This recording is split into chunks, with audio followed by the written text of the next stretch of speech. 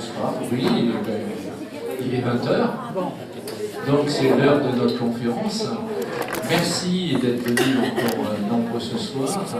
Vous savez que pour nous c'est un grand plaisir et c'est forcément une satisfaction par rapport au travail que fait le conseil d'administration pour vous recevoir et pour trouver des conférenciers. Alors, j'allais dire un peu peut-être comme d'habitude, mais comme c'est lui qui travaille, je vais laisser le micro à Bernard Ledoux, qui va vous présenter le conférencier de ce soir, qui est M. Le Fur, que je remercie beaucoup de s'être déplacé de la capitale pour venir nous présenter. Voilà. Et donc je passe la parole à Bernard Ledoux. Merci Bernard. Bonsoir à tous et à toutes. Donc, Monsieur Le Fur, vous nous faites le plaisir et l'honneur de votre présence dans notre cité ce soir. Nous vous remercions de prendre sur votre activité de chercheur le temps de nous parler de François Ier et de son image, qui est le sujet de votre dernier ouvrage paru cette année. Donc cet ouvrage, bien sûr, sera disponible grâce à la librairie Format Livre pour ceux qui seraient intéressés pour prolonger la conférence, ainsi que d'autres ouvrages que vous avez écrits sur Marignan, sur les différents rois de cette époque. Et avec possibilité pour ceux qui le souhaiteront de faire dédicacer vos ouvrages. Donc, François Ier, ce roi préféré des Français. Mais pourquoi ai-je dit roi préféré des Français? Cette expression est en elle-même une image. Elle appartient probablement à nos souvenirs scolaires ou de lecture concernant ce souverain qui régna jusqu'en 1547. Alors, qu'est-ce qui nous revient à l'esprit lorsque nous pensons comme ça à son règne? 32 ans, c'est un règne de 32 ans. Alors bien sûr, il y a tout de suite Marignan en 1515, ça tout le monde connaît. C'est aussi d'ailleurs l'année de son sacre, 1515. Alors je rappelle, c'est une bataille victorieuse, près de Milan, qui est dans la lignée de la politique des prédécesseurs de François Ier, de ce qu'on appelait les guerres d'Italie, pour revendiquer le duché de Milan. Alors, sur cette bataille, le chevalier Bayard adoube le roi. Alors ça, c'est évoqué par différents auteurs, mais c'est contesté. Donc là, est-ce qu'on est dans l'image ou est-ce qu'on est plutôt dans le mythe? En fil conducteur de sa politique extérieure, il y a bien sûr la rivalité avec le Habsbourg Charles Quint. Charles Quint, qui contrôle, il faut le rappeler, plus de la moitié de l'Espagne à cette époque-là, plus de la moitié, pardon, de l'Europe, et le Nouveau Monde espagnol. Et qui voudrait aussi en plus la Bourgogne. Bon, il y a eu 4 guerres qui ont opposé les monarques. François Ier ira pour le combattre jusqu'à s'allier au sultan ottoman. Son imam est magnifique, pour un roi très chrétien, c'était comme ça, stratégie. Pourtant, il faut le rappeler aussi, les Turcs parviennent jusqu'aux portes de Vienne, quasiment à cette époque-là. Et finalement, il y a une rivalité aussi pour la couronne impériale, mais c'est Charles Quint qui la scindra en 1519. Autre point à rappeler, ces guerres d'Italie ont favorisé, dans le royaume de France, la diffusion de la Renaissance italienne dans les arts, puisque les Italiens étaient beaucoup plus précoces que nous dans ce domaine. Alors François Ier est un mécène qui commande des artistes italiens, qu'il fait venir en France, et s'il ne fallait en citer qu'un seul, bien sûr, c'est Léonard de Vinci. Il est logé au Clos Lucé, à côté du château royal d'Amboise. Le roi François l'appelle mon père. Vinci meurt dans les bras du roi, mais ça aussi c'est contesté. Bon, là aussi, est-ce qu'on est dans l'image, est-ce qu'on est dans le mythe, ou la légende? Nous le connaissons aussi, François, comme un bâtisseur considérable dans les châteaux de Blois, de Chambord, de Fontainebleau, etc. 11 au total qui ont été remaniés ou construits par sa volonté. François Ier aussi protecteur des lettres, à l'instigation de Guillaume Budet, il fonde le corps des lecteurs royaux, qui sera le futur Collège de France, et l'imprimerie royale. Au total, nous revient donc une image de prince de la Renaissance. Mais quelle est là aussi la part du mythe? Et dernière chose peut-être dans nos souvenirs sélectifs, le français qui devient la langue officielle de l'administration et de la justice par l'ordonnance de Villers-Cotterêts en 1739 à la place du latin. Ce même texte d'ailleurs impose aux prêtres l'enregistrement des naissances et c'est le départ de l'état civil. Alors, pour terminer, entre la part du mythe et celle de l'image, le sujet de cette conférence nous permettra de réfléchir sur la façon dont se construit l'histoire au fil du temps. Ce temps qui nous éloigne des événements, Chaque époque influence son écriture par le choix de tel ou tel événement, la mise en lumière d'une vision utile à ce moment-là, utile comme adhésion ou utile comme répulsion, ceci en fonction de l'idéologie ambiante. Ainsi, l'historiographie voit se succéder des ouvrages rédigés par des historiens dont le regard a été influencé par l'ère de leur temps. Et puis, nous le savons, l'histoire demeure toujours à écrire. Je vous laisse la parole et je vous remercie.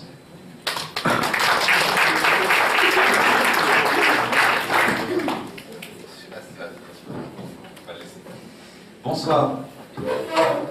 C'est un ascension de chaise. Alors, ça a toujours été comme ça. Je vous remercie beaucoup. Et avant même de parler de François Ier, et parler de choses un peu plus, peut-être un peu plus vagues, mais qui permettront peut-être de comprendre pourquoi finalement un monsieur qui a vécu il y a 500 ans, certes, Lorraine de 32 ans, mais qui finalement reste toujours dans la mémoire collective comme une pierre angulaire d'une bâtisse qui ferait l'histoire de la nation France. Tous les personnages que vous avez en tête, là, aujourd'hui, en général, c'est une dizaine de personnes, enfin une bonne dizaine de rois, 5-6 républicains, quelques révolutionnaires, et puis un peu moins de femmes, mais quand on parle des femmes, il s'agit souvent de maîtresses, de favorites plutôt que de reines. Tous ces personnages-là, qui sont dans votre imaginaire, qui sont dans mon imaginaire aussi, qui sont dans l'imaginaire collectif des Français en ce début du XXIe siècle, font partie de ce qu'on pourrait appeler ce roman national. C'est-à-dire quelque chose qui s'est construit peu à peu par les historiens, certes, c'est vrai, souvent à la solde d'un pouvoir, tout simplement parce que le droit d'auteur n'existe pas dans le XVIIIe siècle et que tout auteur doit avoir un mécène pour faire un livre. Et alors qu'il soit poète, qu'il soit dramaturge, qu'il soit historien, c'est la même chose. La plupart et les premiers historiens aussi ont été des hommes d'église, au moins jusqu'au XIIIe, XIVe siècle, quand il s'agit de l'histoire de France. Et donc c'est à travers leur prisme d'abord, par rapport au prisme d'une histoire religieuse, catholique, d'une monarchie catholique et d'une monarchie de droit divin, qui va se structurer peu à peu ce long roman d'histoire de France.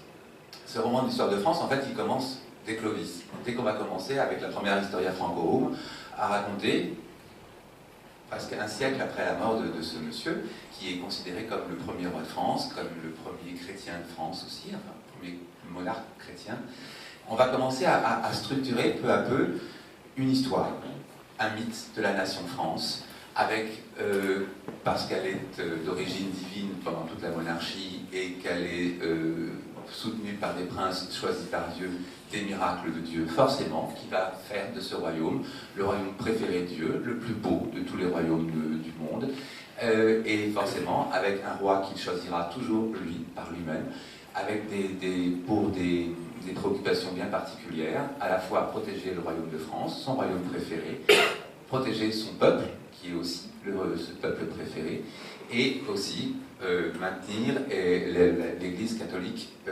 apostolique et romaine.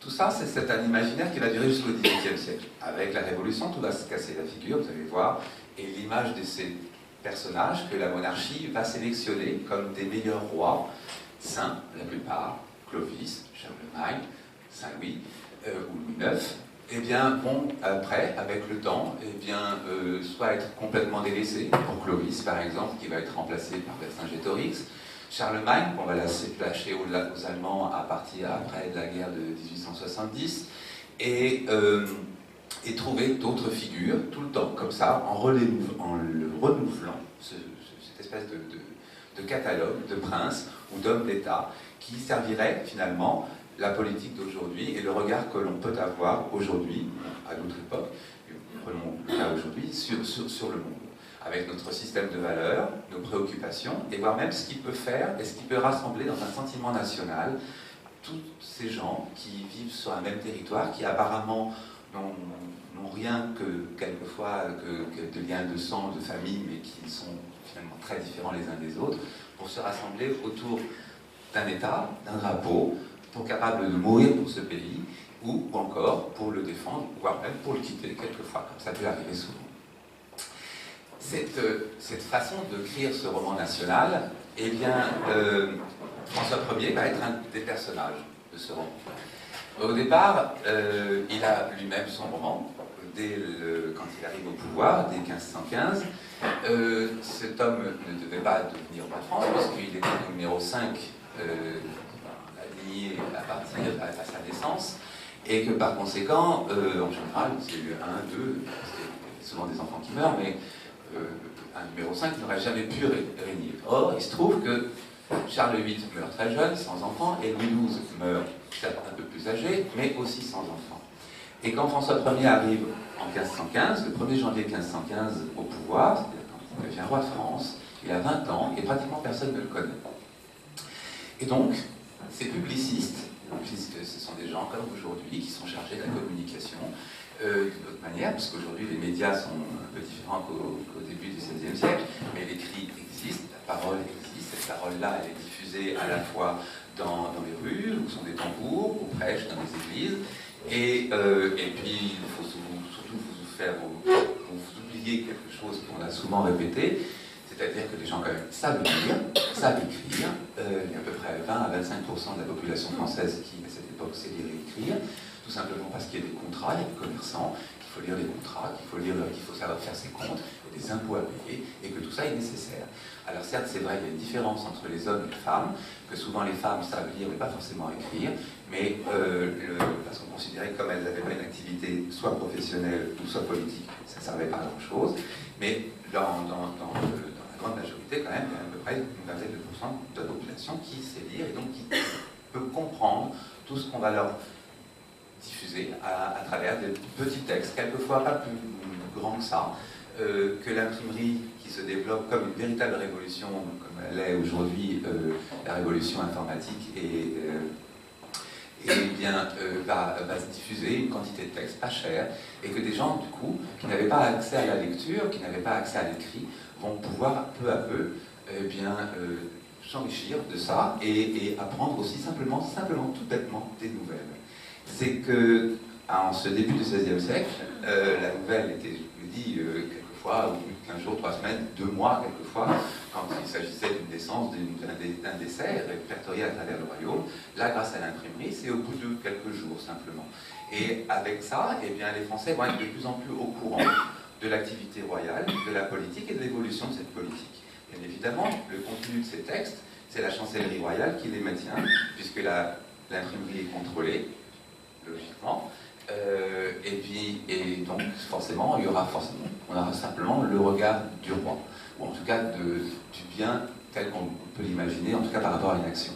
Évidemment, il y a des opposants aussi de ce roi de France qui vont utiliser cette même possibilité de propagande, de ces petits textes, et qui vont en latin, Charles Quint le fera en toutes les langues parlé dans tout son empire, c'est-à-dire à la fois en latin, en espagnol, mais aussi en italien, en allemand et aussi en français. Et ces textes-là sont diffusés quelquefois en France et quelquefois déjà.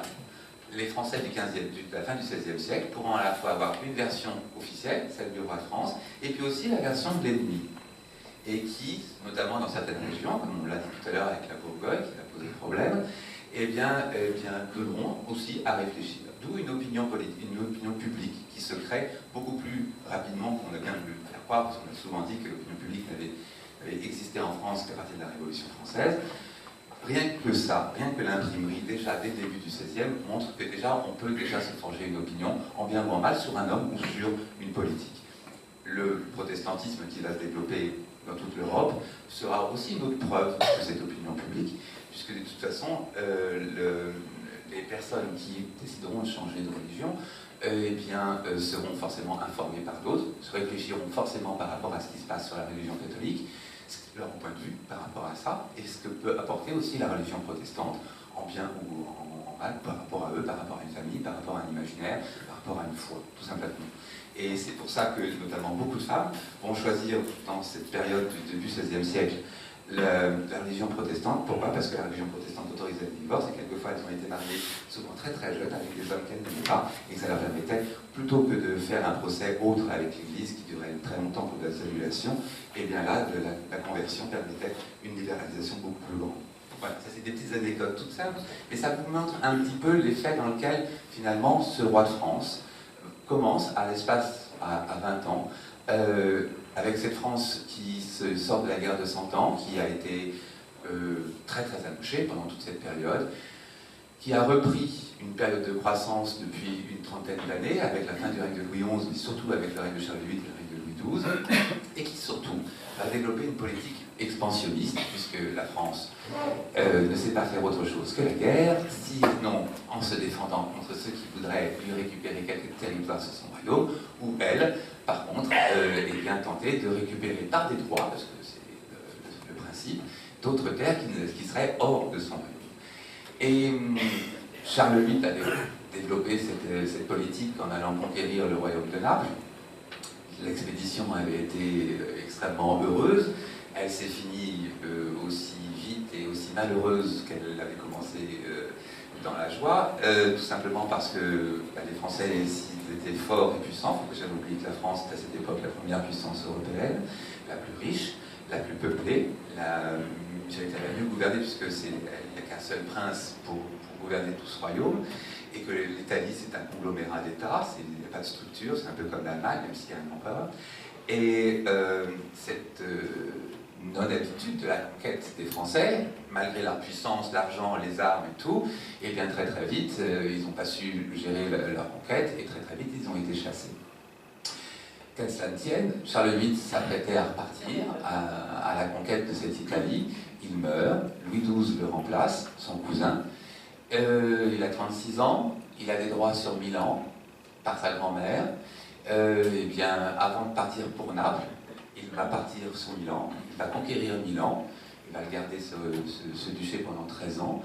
Qui dit Milan dit la seigneurie de Gênes, en tout cas la République de Gênes. Qui dit République de Gênes dit l'île de Corse et d'autres îles de la Méditerranée. Et puisque le royaume de Naples était aussi sollicité par le roi d'Espagne, Ferdinand d'Aragon, et bien s'associe avec lui pour finalement partager le royaume en deux. L'affaire se passe bien au début, forcément il y en a toujours un qui veut plus que l'autre. Aragon sera peut-être plus malin, ou en tout cas aura plus d'hommes à sa portée à ce moment-là en Italie pour le rendre vainqueur, et finalement l'expédition napolitaine va se conclure pour Louis XII par un échec, sauf que Louis XII, malgré tout, pendant 13 ans, va gouverner tout le nord de l'Italie, et va, avec cette puissance-là, eh bien, se présenter comme le prince le plus puissant d'Europe, bien plus grand encore que Charles VIII, et avec un territoire qu'un roi de France n'avait jamais dominé jusque-là, et surtout récupérer l'argent de Milan et de Gênes par l'impôt, puisque si on va aller chercher des artistes en Italie, et si on achète leurs œuvres d'art, et on s'intéresse de plus en plus aux antiquités romaines, on va leur donner quand même quelque chose qu'on sait faire, nous en France, c'est-à-dire l'impôt direct, obligatoire, qui avait été bien institué par Philippe le Bel et qu'on va leur imposer, puisque les Italiens au départ, pendant très longtemps, en tout cas c'était de l'argent exceptionnel. C'est-à-dire qu'on a besoin d'une certaine somme d'argent, on vous la donne, on vous la demande, et vous avez 15 jours, 3 semaines pour la donner, et voilà, c'est tout. Là, la France était déjà bien structurée, on payait un impôt annuel, et cet impôt était régulièrement augmenté, normal. Imaginez pas que vous voulez un calvaire supplémentaire en ces temps-ci, ça a toujours existé au moins depuis 7 siècles. Pardon. Et donc on va imposer ça, et donc cet argent régulier que Louis XII a récupéré, va financer les armées en Italie, donc ce ne sont plus les Français qui vont les financer, mais les Italiens, et donc du coup, les Français vont pouvoir bénéficier, là, miracle, d'une baisse d'impôt de 25% de l'impôt sur le revenu. C'était une chose qui n'était jamais arrivée avant, qui n'arrivera jamais plus après, mais qui a permis à Louis XII à la fois d'asseoir terriblement son pouvoir et de se donner une image magnifique qui était celle de père du peuple, c'est-à-dire de celui qui, justement, pour les Français en tout cas, était soucieux de leur bonheur, de leur joie, et donc baissait ces terribles impôts qui embêtaient tout le monde, forcément. Louis XII perd ses positions en Italie parce que, justement, toute l'Europe, jalouse aussi de cette puissance et craignant d'autres puissances futures, eh bien, se met contre le roi de France, et il y a une alliance, ce qu'on appelle la Sainte Ligue, qui est dirigée par le pape, d'abord par Jules II, puis après par Léon X, et va chasser les armées françaises d'Italie. Donc en 1515, Louis XII, fin 1514 jusqu'au 1er janvier 1515, Louis XII a l'ambition de repartir pour l'Italie. Il prépare son armée, ses alliances, il meurt, son fils le remplace par la loi, le système de la loi salique, un lointain cousin, qui est ce fameux François d'Angoulême, comte de Valois, duc de Valois, pardon, et qui va se nommer François Ier. Ce François Ier à 20 ans, personne ne le connaît en France. Il est considéré comme un enfant du miracle, déjà, mais ça, c'est dans le petit cercle de la famille. Les Français ont sans doute entendu leur nom, mais il n'a jamais participé au Conseil, il avait des expériences politiques extrêmement réduites, aucune expérience militaire. Et pourtant, cet homme de 20 ans va gouverner le plus beau pays, le plus riche pays d'Europe, et va avoir les mêmes ambitions que ses prédécesseurs. Et pour justifier tout ça, eh bien la propagande, je reviens à cette idée-là, va lui structurer une image. On va lui dire, ben voilà, on va dire aux Français, mais rassurez-vous, de toute façon cet homme a été choisi par Dieu dès par sa naissance, et c'est pour ça que Dieu a voulu que Charles VIII meure jeune et sans enfant, et c'est pour ça qu'il a voulu que Louis XII vienne au pouvoir, mais malgré 2 mariages, n'ait pas d'enfant, et pour pouvoir justement tracer la voie royale pour ce jeune homme qui est destiné à un destin autre que celui d'être roi de France et de régner sur ce royaume préféré, mais avec ce destin d'empereur, ce destin du dernier empereur. Alors qu'est-ce que c'est que ce dernier empereur? Depuis longtemps, les chrétiens attendent le retour du Christ sur terre. Pour cette ère infinie de paix et d'amour à travers les hommes. Jusqu'à la première croisade, eh bien, on considérait que c'était, on suivait tout le système des prophéties, déjà depuis celle de Daniel, avec cette idée qu'un jour, un empereur, le dernier du 4e Empire, serait cet homme providentiel qui pacifierait à la fois son royaume, et puis aussi tous ceux qui l'entouraient pour après aller jusqu'à Jérusalem et rendre ces couronnes au mont des Oliviers, signe qui annoncerait le retour du Christ sur terre pour l'éternité. Ces prophéties ont été peu à peu adaptées selon les nations et selon les ères du temps aux uns et aux autres. Et côté français, comme il y avait un empereur, Charlemagne, que les rois de France, dont les rois de France pouvaient se rattacher, on avait prétendu que c'était un des fils de Charlemagne, en tout cas un descendant de Charlemagne, et son nom commencerait par C, comme Charles. Voilà. Et donc du coup, tous les rois qui se sont appelés Charles, et surtout à partir du XIVe siècle, eh bien, ont prétendu être ce dernier empereur. Charles VI, Charles VII, ont fait ça pendant la guerre de 100 ans, essentiellement, non pas pour des prétentions expansionnistes, mais surtout pour montrer que les Français devaient avoir un espoir malgré les guerres et la lenteur des guerres, et que cette immense guerre qui était cette guerre de 100 ans, qu'ils pouvaient garder espoir parce qu'un jour cette guerre se finirait, parce que justement ils étaient ce prince des prophéties, et qu'après, eh bien, on participerait justement à la conquête de Jérusalem et pour le bonheur de l'humanité entière. C'est un espoir, c'est jouer avec l'espoir des gens, avec l'espoir que tout le monde attend dans tout programme politique, quel qu'il soit. Ce n'est pas parce qu'on est sous une monarchie qu'on n'a pas un programme politique. Le programme politique est assez identique au moment du sacre, mais il varie quand même par rapport aux aléas des événements. Et donc, par conséquent, il y a toujours ce besoin de rassurer. Charles VIII va reprendre cette prophétie. C'était Charles, il avait le droit, et donc du coup il va se présenter comme justement ce dernier empereur, mais parce que comme la France est pacifiée, et parce que l'Europe n'était pas en guerre, et bien lui pouvait entreprendre déjà cette dernière croisade, cette ultime croisade, qui irait donc jusqu'à Constantinople d'abord, qui permettrait de reconquérir, qu'il convertirait tous les musulmans, et qui, après avoir converti tout l'empire musulman et tous les autres infidèles du monde, irait jusqu'à Jérusalem. Louis XII n'étant pas un chat, c'était quand même ennuyeux, sauf qu'il avait les mêmes prétentions impérialistes. Donc du coup, on a commencé à finalement à dire que c'était qu'un roi, le dernier roi de France, un roi de France en tout cas, qui irait et qui serait ce dernier empereur, qui formerait ce dernier empire, ce quatrième empire, puisqu'il y avait déjà l'empire assyrien, l'empire athénien, l'empire romain et l'empire chrétien. Donc c'était le quatrième empire, et ce serait donc ce dernier roi de ce dernier empire qui exaucerait finalement ce vœu tant attendu. Louis XII, malheureusement, n'a pas eu le droit à ça, donc François Ier, dès qu'il arrive, il reprend la chose en main et il s'identifie comme ce dernier empereur. C'est comme ça qu'il va justifier, quelques mois plus tard, la conquête de l'Italie, en tout cas le départ de nouveau vers Milan, et la bataille de Marignan qui va sanctionner la conquête nouvelle du duché de Milan, avec des autres ambitions, et notamment de peut-être repartir pour Naples. Sauf que les autres États européens existent aussi. Sauf que ces autres États européens ont dit exactement la même chose, en tout cas leur chef, enfin leur prince, exactement la même chose à leur peuple. En Angleterre, en Allemagne, Maximilien, voire même le pape, quelquefois, qui s'est même proposé comme ce dernier soldat de cette ultime croisade pour préparer ce retour du Christ. Cette notion-là, elle peut vous paraître un peu bizarre, mais elle est tout aussi importante que la notion de progrès qui existe dans notre imaginaire collectif aujourd'hui, depuis le XVIIIe siècle et de plus en plus encore depuis que la République s'est installée en France. C'est-à-dire où tout est fait pour le progrès, où tout est en tout cas imaginé pour le mieux de chacun, pour un futur plus heureux.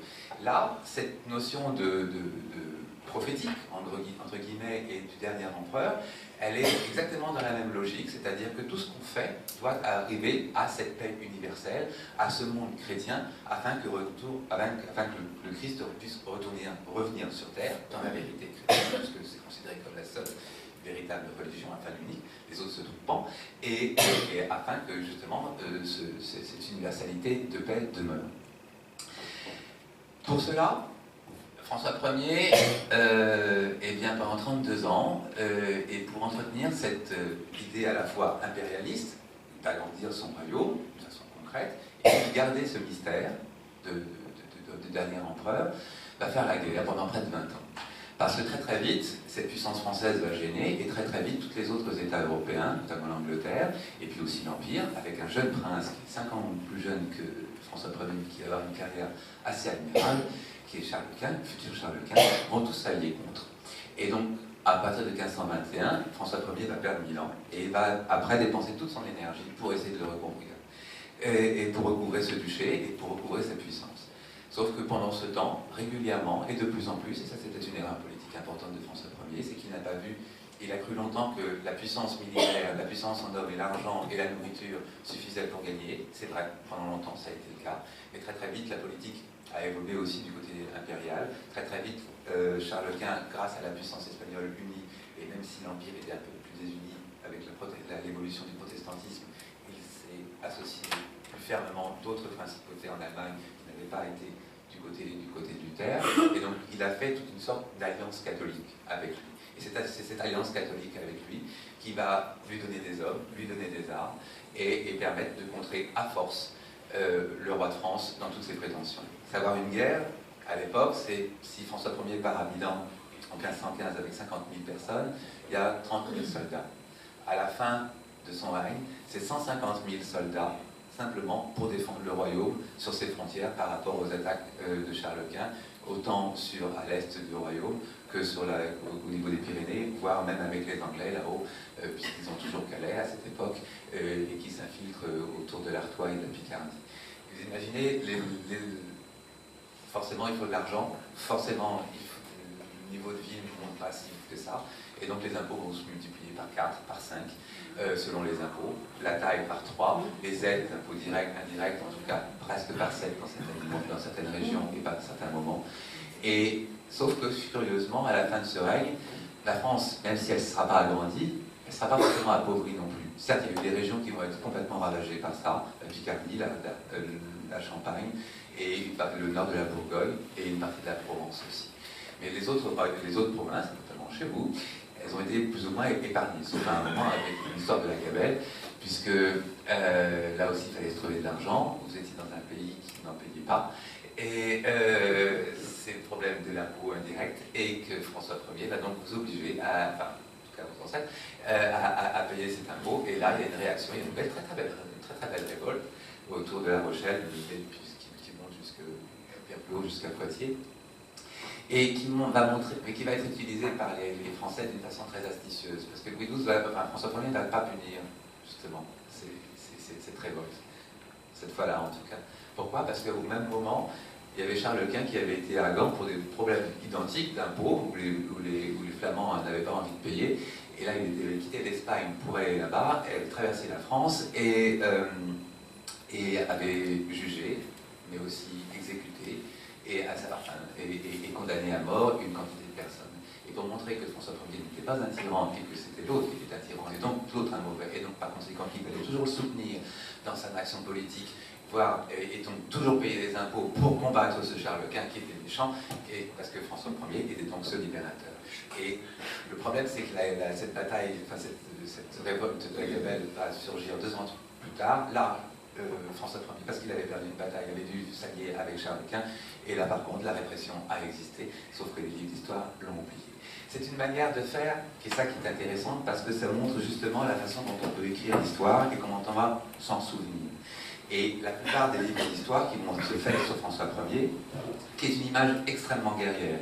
Tout ce qu'on vous a dit tout à l'heure par rapport à cette image de la culture, toute cette image de la construction, des choses comme ça, ça va être après, c'est après qu'on va se souvenir de tout ça. Pour l'instant, c'est une préoccupation un peu comme aujourd'hui, il y a des préoccupations immédiates où il faut réagir tout de suite par rapport à des dangers, par rapport à des menaces, par rapport à des protections et à une action immédiate. Et cette action immédiate, l'historien quelquefois a tendance à l'oublier, tout simplement parce que il n'a que 20, 30, 40 pages dans son histoire à consacrer à ce monsieur, donc il va faire une sélection. Et quant aux biographies, elles vont être beaucoup plus tardives, et donc du coup, créer autre chose encore. Donc, François Ier, quand François Ier meurt, il a surtout l'image d'un roi militaire, d'avoir régné sur un État certes puissant, mais d'avoir finalement raté aussi toutes ces prétentions, avec malgré tout un chef-d'œuvre, qui est cette bataille de Marignan. Cette bataille de Marignan qui a été finalement mal ou peu écrite au moment des faits, puisqu'il n'y avait aucun auteur qui était avec François Ier pour l'écrire, et que même les Suisses, de leur côté, ont raconté ça a posteriori, qui va être réécrite au moment de 1519, quand François Ier va avoir des ambitions impériales, et qui va justement, pour justifier ses prétentions impériales universalistes, donc il va se présenter à l'élection impériale avec les hommes, va perdre, et donc on va réécrire Marignan entre-temps, parce que comme ça permettait de montrer que François Ier, qui avait déjà été vainqueur à Marignan, pouvait protéger le peuple allemand justement d'un menace turque qui grandissait de plus en plus, parce qu'il ne faut pas oublier une chose, c'est que si la France est le premier pays d'Europe, et que si l'Europe est puissante économiquement, la plus grosse puissance de l'époque, dans toute cette sphère européenne et méditerranéenne, c'est l'Empire turc, qui n'arrête pas de grandir, qui certes se grignote de plus en plus vers l'Europe, mais qui a déjà conquis toute la Perse, qui descend vers la Syrie et qui, dans les années 1519-1520, est déjà en Égypte. Et donc c'est le plus gros royaume, c'est une population immense, des soldats nombreux et disciplinés, et donc la menace, elle est là déjà. Et cette menace de l'Empire turc, elle va alimenter aussi justement tout cet esprit de croisade, tout cet esprit de la vérité chrétienne, tout cet esprit qui consiste à vouloir dire que finalement, il faut absolument aller à la conquête, si ce n'est de l'Italie, enfin si ce n'est de Constantinople, au moins de l'Italie, pour justement commencer cette croisade ultime pour que libérer le monde de l'oppression et du tyran qui était le musulman. Parce que la notion de tyrannie est toujours l'autre en général, sachant une chose, c'est que François Ier était aussi considéré comme un tyran en Angleterre, en Allemagne, en Italie ou en Espagne. Ce roi, quand ce roi meurt en 1547, on ne peut pas dire qu'il a une image formidable. Hein. Il y a les protestants qu'il a commencé à abîmer et à contraindre, voire même à assassiner avec notamment le massacre de Mérindol et Cabrières en 1546, de 1000 morts en une semaine, et d'autres procès comme Amour qui pouvaient être totalement condamnés par rapport à la notion même de la justice royale. L'occupation sans grande légitimité pardon, de la Savoie, qui espérait échanger contre Milan. Tout ça, il y a des bruits quand même qui courent sur l'idée d'un prince, certes puissant, mais d'un prince qui pouvait être aussi un tyran, à l'intérieur même du royaume.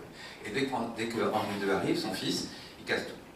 Il change tous les gens qui sont autour de lui et va essayer de proposer une autre politique et se présenter aussi, lui d'ailleurs, comme le dernier rempart universel, parce qu'il y a pas de raison, puisque de toute façon, le but c'est quand même refaire toujours la même politique, repartir pour l'Italie, voire même jusqu'à Jérusalem, si on le peut.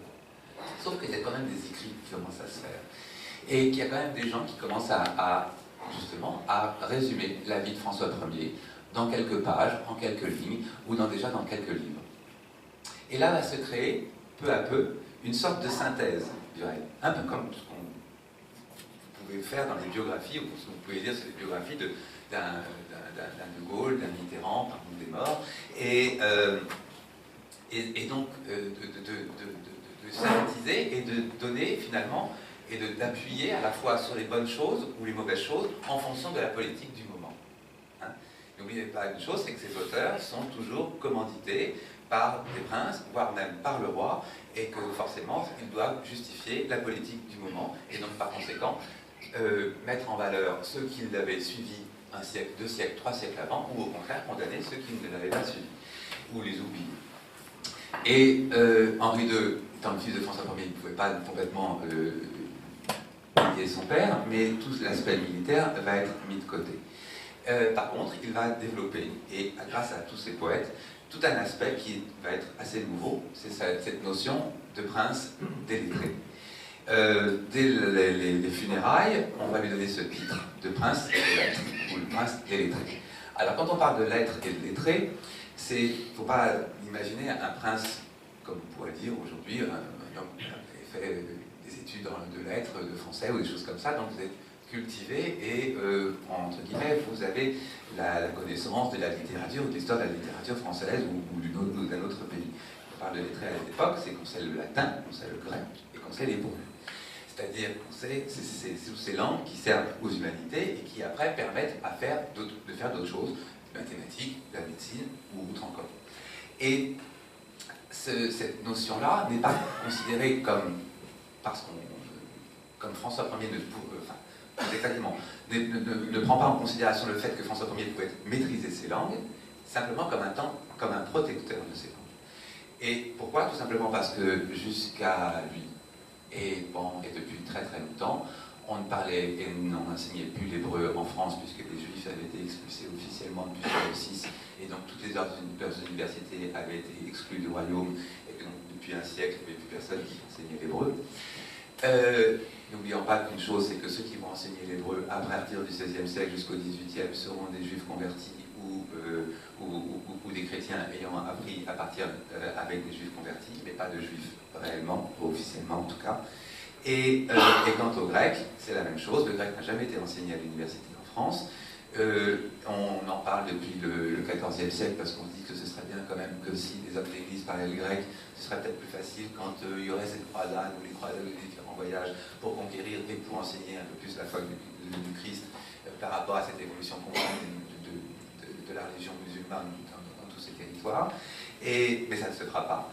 Et c'est simplement à la fin du XVe en Italie, mais aussi en Espagne et en Angleterre que ces langues vont se développer. Comme la France veut être ce cœur de ce dernier empire, comme la Grèce, comme Rome, et donc forcément rayonnée par sa culture, comme la Grèce, comme la Syrie ou comme Rome, eh bien, elle se doit aussi d'avoir ces connaissances de ces langues de ce passé, de ces 4 empires, en fait, ces 3 premiers empires, en tout cas, pour justement montrer toute sa puissance et légitimer toutes ces prétentions royales et voire même nationales.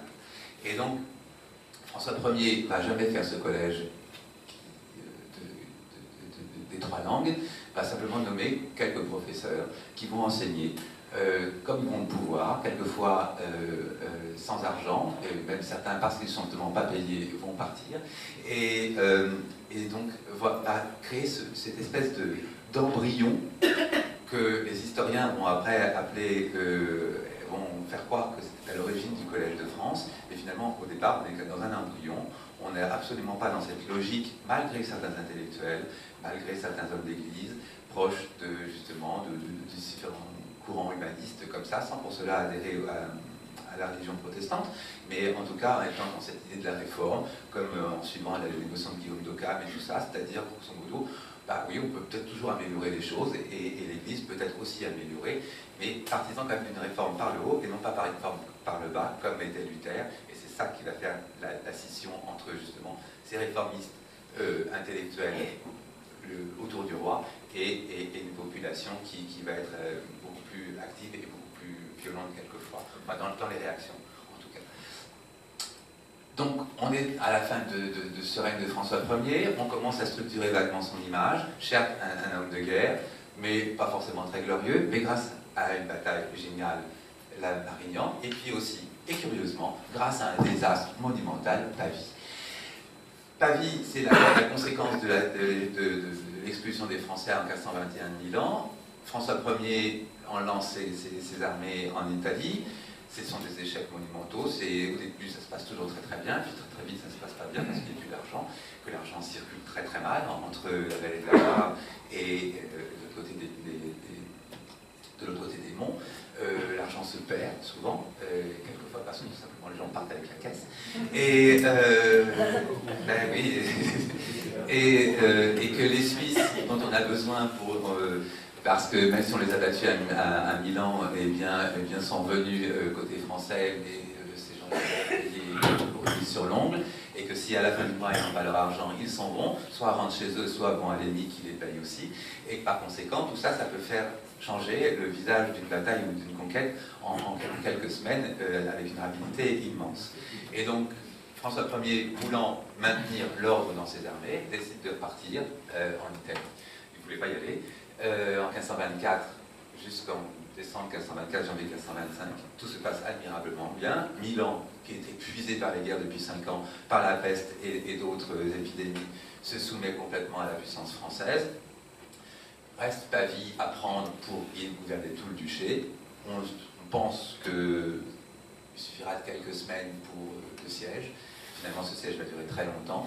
Finalement, ce siège va permettre aussi aux armées espagnoles de se refaire. Et finalement, un soir, le jour de la Saint-Mathias, enfin, la nuit de la Saint-Mathias, le jour des 25 ans de Charles Quint, et bien l'armée espagnole va tenter une escarmouche. Cette escarmouche va se transformer en bataille, elle va durer 3 heures, et François Ier va être pris et fait prisonnier.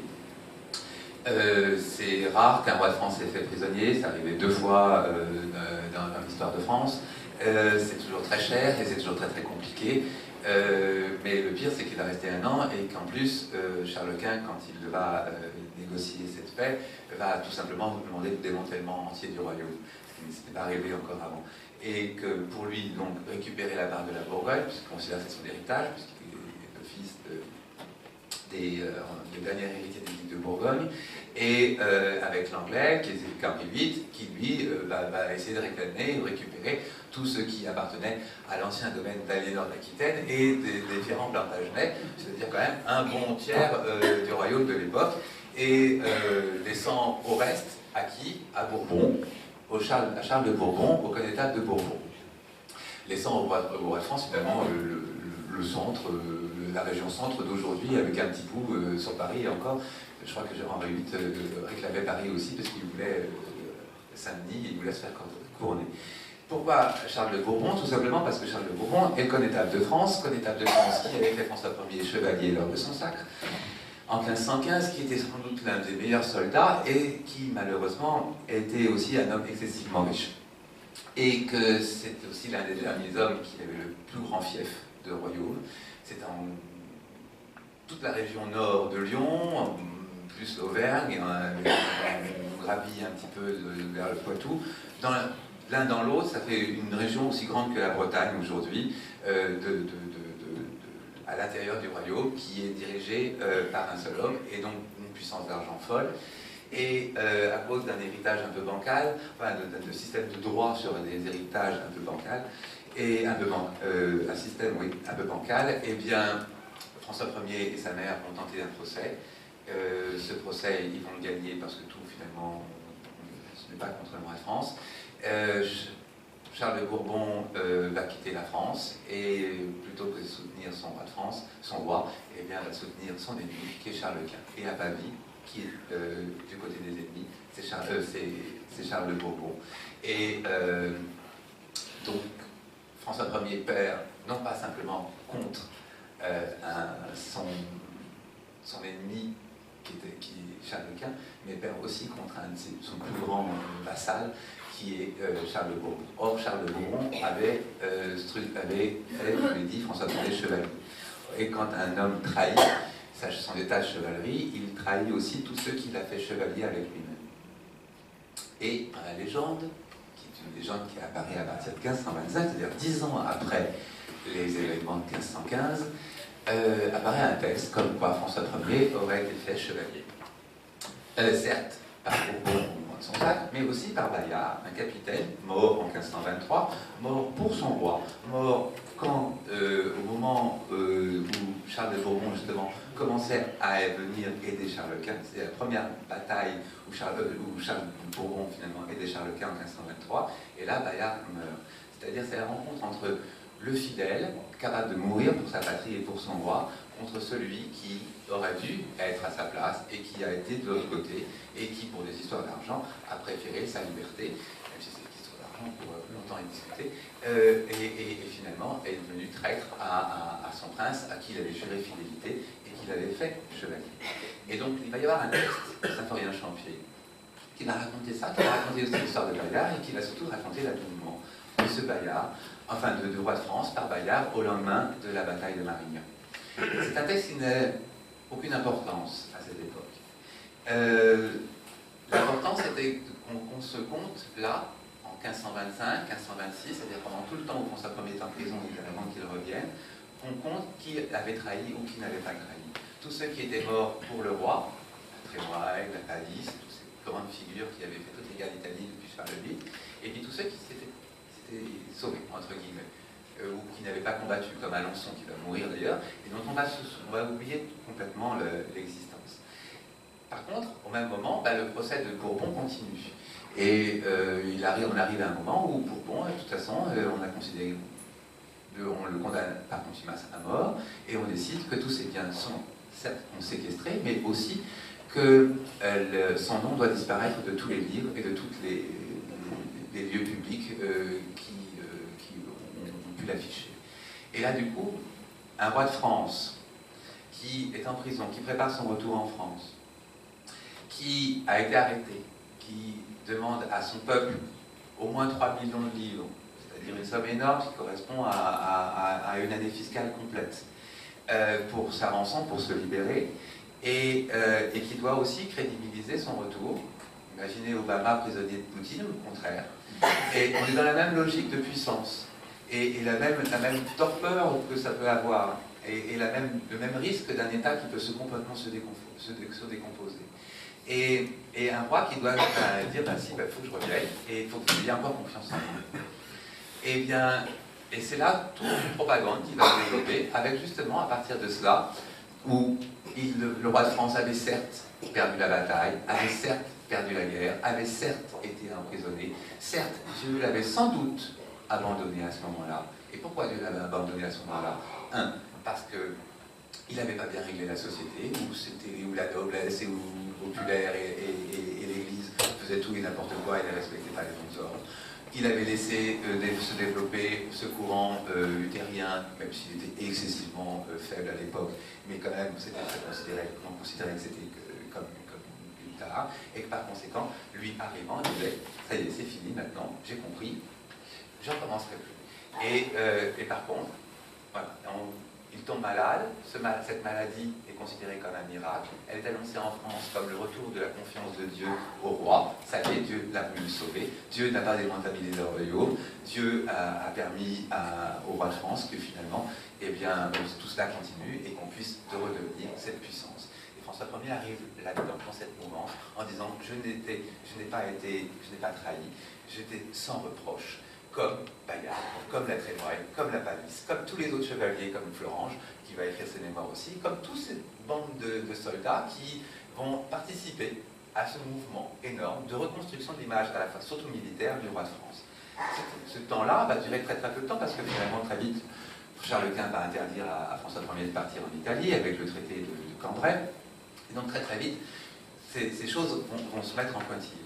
Sauf que c'est quand même des textes publiés. Et même si plus aucune histoire va en parler avant la fin du XVIe siècle, eh bien, elle va quand même rester dans la mémoire grâce au texte de Champier. Et en 1515, en 1550, plutôt, quand François Ier meurt, on a complètement oublié l'affaire Bayard. Hein. On ne se souvient que de Pavie, mais comme une grande tragédie, mais aussi comme l'expression même d'un héroïsme fou, d'un homme qui aurait risqué sa vie, jusqu'à risquer sa vie pour justement sauver son royaume, ou en tout cas ce qu'il considérait comme bien. Et donc du coup on avait complètement refait l'histoire aussi de Pavie, c'est-à-dire d'un désastre réel, concret, évident. On avait mythifié ça comme finalement un temps de douleur imposé au roi pour qu'il soit mieux encore après. Et oui, c'est la façon dont mais c'est toutes ces petites choses-là, vous savez, c'est des petits textes qui sont là, dans le temps, qui écrivent, et que les historiens peu à peu vont garder pour mélanger tout, et voire même recomposer aussi leur histoire. Et c'est là où vous avez, à la fin du règne, donc, quelqu'un qui a été guerrier, mais sans vraiment grande gloire, qui a eu des prétentions impériales, et qui a commencé à vouloir, à cause de cet empire, créer de cette France comme le cœur culturel et intellectuel d'un futur monde qui serait formidable. Les historiens, peu à peu, avec ça, avec ces miettes, quelquefois, vont reconstruire peu à peu ce François Ier, jusqu'à la fin du règne de Henri III, et c'est logique, puisqu'Henri III est le dernier Valois Angoulême, c'est-à-dire le petit-fils de François Ier. Le règne de François Ier est considéré comme un exemple. C'est vrai que c'est pas très difficile. Si le roi a été pas forcément très heureux dans ses prétentions impérialistes, au moins la France, elle était restée presque en paix, à part quelques petites révoltes comme à La Rochelle, les révoltes d'Agabel, ou deux, trois choses à Lyon, mais qui sont, j'allais dire, presque normales dans un règne. Le règne d'Henri II avait été certes brillant, mais beaucoup plus court, et en tout cas, c'était très mal fini avec cette mort accidentelle d'Henri II au moment de la paix du Canto-Cambrésis, enfin de ses fêtes.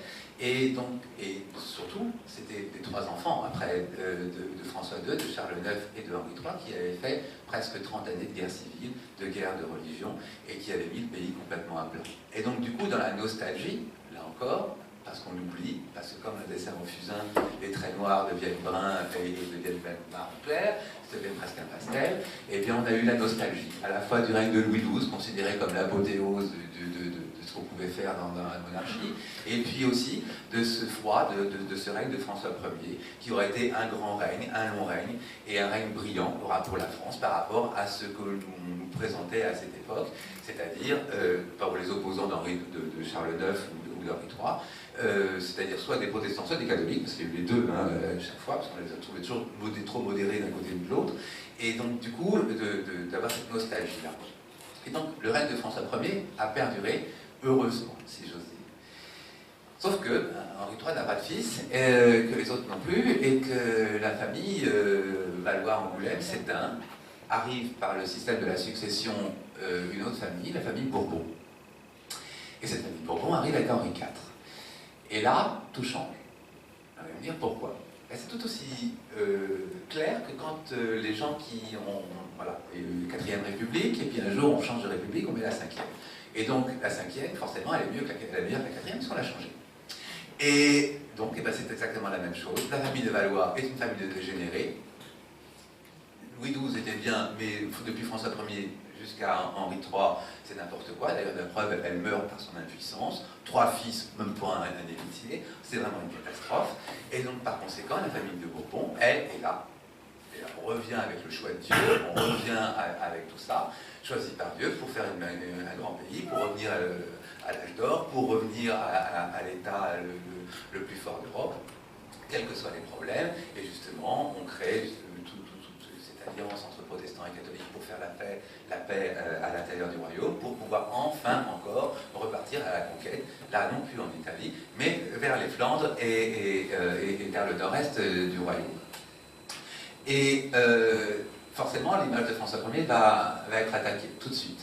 Alors on va aller chercher toutes les opinions. Alors forcément, comme il n'avait pas été très très brillant à la guerre, on va lui reconnaître un miracle, Marignan, puis tout le reste, on va commencer à le dénoncer en disant que finalement c'était un fiefé militaire, un très mauvais chef de guerre. Et c'est pas tout. Ça suffit pas. Après tout, il y a la guerre, une bataille, c'est aussi Dieu qui décide, hein, selon la logique de l'époque. Donc par conséquent, même si tu n'as pas été le meilleur des chrétiens, si Dieu considère qu'il te fait perdre, tu ne peux rien. Or, Henri IV a aussi perdu des batailles. Donc on n'est pas toujours dans cette logique trop marché. Reste aussi une autre chose. Forcément, un roi mauvais est un roi comme depuis, on le répète dans toutes les histoires de France, comme Sardanapale, comme Nabucodonosor, c'est-à-dire tous ces gens qui se sont finalement vautrés dans le vice et se sont entourés de femmes et notamment ont préféré quelquefois leur vie amoureuse ou sexuelle plutôt qu'aux affaires de l'État. Ça, on est dans la logique du mauvais roi depuis très longtemps par rapport à ça, et du bon roi qui, lui, par contre, est très fidèle, va à la messe tous les jours et ne fait des enfants qu'à sa femme. En général, ça n'a jamais été le cas, mais en tout cas, certains ont prétendu qu'il l'avait fait ou qu'il l'avait été. Et donc, Henri IV, qui on ne peut pas l'appeler, qui est forcément le prince le plus adéquat à cette image, mais pour l'instant, on ne sait pas encore. C'est pas parce qu'il a des maîtresses que le peuple de France sait qu'il a des maîtresses. Et c'est les protestants, par exemple, qui vont annoncer officiellement que Diane de Poitiers est la maîtresse d'Henri II. Mais le peuple de France ne sait pas. Au début, il pense qu'il n'a qu'une femme et il ne sait pas quelle autre a été bien avant dans sa vie. Et bien, c'est exactement la même chose. Et là, on va commencer à lui faire tout un catalogue de maîtresses. La plupart sont inventées, 2 sont connues, Françoise de Chateaubriand et Anne de Guisleux, la duchesse d'Étampes, mais toutes les autres, mais 2 maîtresses, ça ne fait pas beaucoup, en plus elles se succèdent, ça fait vraiment très sérieux quand même. Donc ça ne suffit pas. Donc on va lui inventer une histoire avec Anne Boleyn, on va lui inventer une histoire avec Marie d'Angleterre, 2 Anglais, ça fait beaucoup, parce que quand même pas trop les Anglais, donc ça fait encore mieux, parce un roi de France soumis au charme d'une Anglaise, il faut vraiment le faire. Et donc, on continue, et on accentue, et on décrit, on raconte tout un roman par rapport à ça. On va inventer la belle ferronnière. Cette belle ferronnière qui était, soi-disant, la femme d'un avocat, et qui aurait, l'avocat sublime d'Hélice, couru les bordels parisiens pour avoir la syphilis, pour la donner à sa femme, pour qu'elle puisse tuer le roi. Parce que depuis 1546, le roi avait de gros problèmes de santé depuis une bonne dizaine d'années, et on considérait que les médecins, en tout cas en 1546, un an avant sa mort, considéraient que le roi de France avait la syphilis, ou une sorte de syphilis, et qu'il était mort de ça. C'était cette notion de syphilis pendant tout le règne des fils de Henri III, on n'en parla pas, mais forcément, sous Henri IV, c'était la porte ouverte. Donc on a commencé à décrire à la fois la maladie et puis aussi ce qu'avait eu le roi, et donc on a inventé toute cette légende où comment le roi de France avait pu avoir la syphilis. Sauf que il aurait pu l'avoir avec des prostituées. Hein. La cour de France en était pleine à cette époque, et elles accompagnaient l'armée régulièrement, et on considérait que c'était une chose tout à fait normale. Pourquoi? Parce que tant qu'il y a des prostituées, les soldats n'ont pas violé, et quant à la noblesse, elle va pas faire des bâtards à droite à gauche, avec des pensions, avec des droits, avec des choses compliquées. Donc la prostitution était complètement tolérée et acceptée, et même aussi à la cour de France. Sauf qu'il y en a un qui va dire d'autres choses, c'est Brantôme, qui, au milieu du XVIIe siècle, dont les œuvres ont publiées au milieu du XVIIe siècle, mais le texte était édité le texte est écrit au moment de Henri IV, eh bien, va dire que c'est François Ier, justement, n'était pas cet homme, en tout cas avec des prostituées, mais qu'il avait par contre installé ses femmes à la cour et créé la cour de France. Il était l'inventeur de la cour de France. Mais par contre, cette notion de galanterie qu'il va proposer est dans une notion de galanterie sexuelle encore. Hein, c'est-à-dire qu'on accepte parfaitement que le roi soit un amant, soit un gourmand, soit même un érotomane, mais on est dans l'idée quand même, malgré tout, de la présence féminine et de pouvoir féminin grandissant autour. Savoir aussi une chose, c'est qu'on est au même moment, c'est que Catherine de Médicis a régné, le pouvoir de la régence depuis longtemps, depuis l'Ange de Castille n'avait pas existé en France, et que Catherine de Médicis, même si elle est totalement détestée par les protestants et par les catholiques plus ultra, elle reste quand même considérée comme, par beaucoup de monde en France, comme une grande reine et comme quelqu'un qui, si elle n'avait pas été là, ça aurait été encore plus désastreux. Et donc, il y a toujours cette idée, donc, du coup, de la femme au pouvoir qui quand même, peut émerger, même si les structures de la monarchie française les interdisent, puisque la couronne passe de mal en mal par les mâles. À partir donc de ce début du XVIIe siècle, se dessine un autre portrait de François Ier, un portrait d'un roi médiocre. Ça aurait pu rester simplement focalisé avec l'arrivée de Henri IV, pas du tout. Ça va se poursuivre pendant toute la monarchie, tout le reste de la monarchie jusqu'en 1789.